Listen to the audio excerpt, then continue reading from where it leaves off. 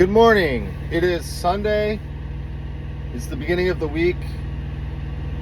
It's time to get ready to go.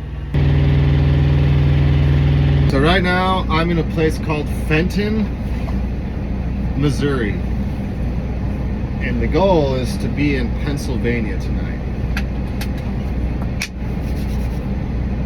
So let's do it. One thing you got to be careful about crossing from Missouri into Illinois is the fact that you go over the Mississippi River. And what that means for me is that I've got to really keep my eyes peeled for Teddy 215. If you guys don't know who she is, look her up on TikTok. She's the best, but also I'm a little bit afraid of her. I did talk some trash towards her one time by calling van drivers pieces of garbage. And now she says I have to be very careful when I cross the Mississippi. It is time for fuel in Greenup, Illinois. Is that how you pronounce it? I don't see any other option. Greenup. Gray and up. Greenup. It's got to be it.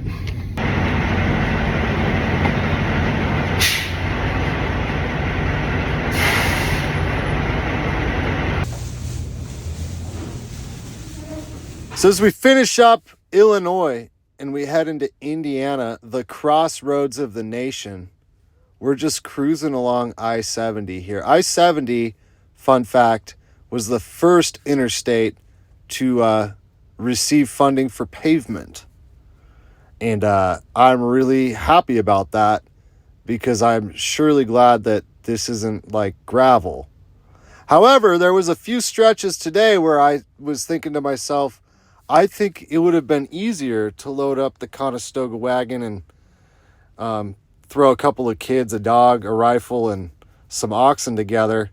It would be easier to traverse it that way than in this truck because some of these places are bumpy. You know what I mean?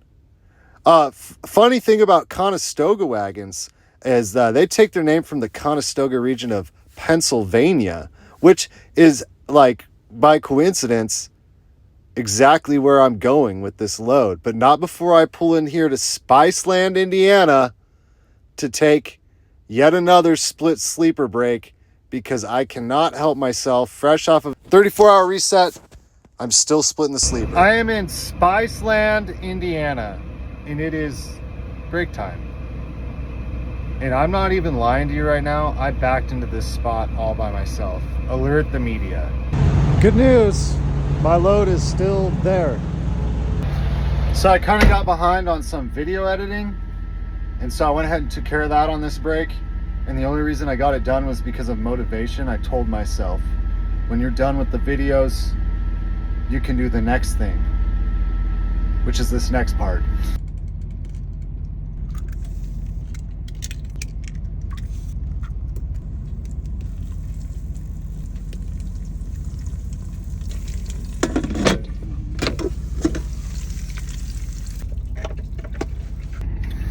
Well, I went and did it.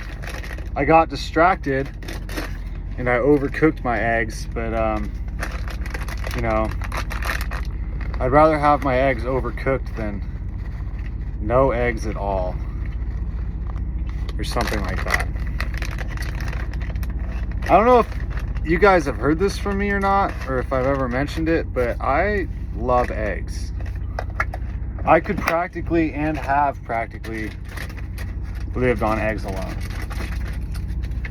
I got a special ingredient today for the eggs, which is some salsa made with Hatch green chilies. And that's really the only thing that's better than eggs is New Mexican green chilies. This is gonna be the best part of the whole day right here. Eggs are over, back to driving. Let's go to Pennsylvania. When I'm driving through Ohio, I often think about Orville and Wilbur Wright. They lived in Dayton. That's where they invented the airplane, which is pretty fascinating. You know what else was invented in Ohio was the cash register. And then also when I'm driving through Ohio, I think about Rush Limbaugh, a man who had talent on loan from God and who did his 3-hour program with half his brain tied behind his back. I remember Rush Limbaugh a lot because my dad used to listen to him when we were driving places, and he would periodically reach over and turn down the volume so he could explain to me where Rush Limbaugh wasn't quite right enough.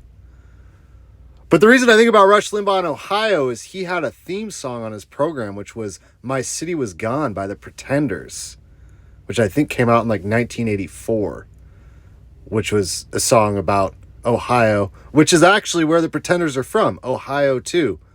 Do we need any more Ohio facts to fill in this driving footage? Probably not. I just pulled into the Pennsylvania Welcome Center. I had to get rid of some water, and that went fine. So we'll keep going. So when I'm driving through Pennsylvania, one of the things I like to think about, one of the best things to come out of Pennsylvania, and I might be biased here, is my wife, the redhead. She was born and raised in Pittsburgh, and she tells me fond memories she has of trips to West Virginia to visit relatives, bridges, and going up and down the hills of Pittsburgh, Pennsylvania. My mother-in-law, on the other hand, tells me horror stories about how awful Pittsburgh, Pennsylvania is. Now, I don't really know where I lie as far as if it was great or if it wasn't, but I did get delayed picking up a load of steel there one time for like 13 hours, so I don't know. Maybe I'm with my mother-in-law on this one. Maybe it's not that great. But then again, it is very pretty. Who knows? Somerset, Pennsylvania. I will show you how I got here. I can narrate this voyage for you if you want me to, but basically it went like this. It was I-70. I was on I-44 for a brief minute in St. Louis, Missouri, and then I was on I-70, and I took that east, and that was the whole entire day.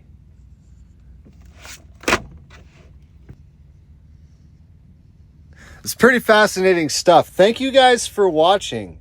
It's been a lot of fun taking you along my I-70 journey. Have a great evening.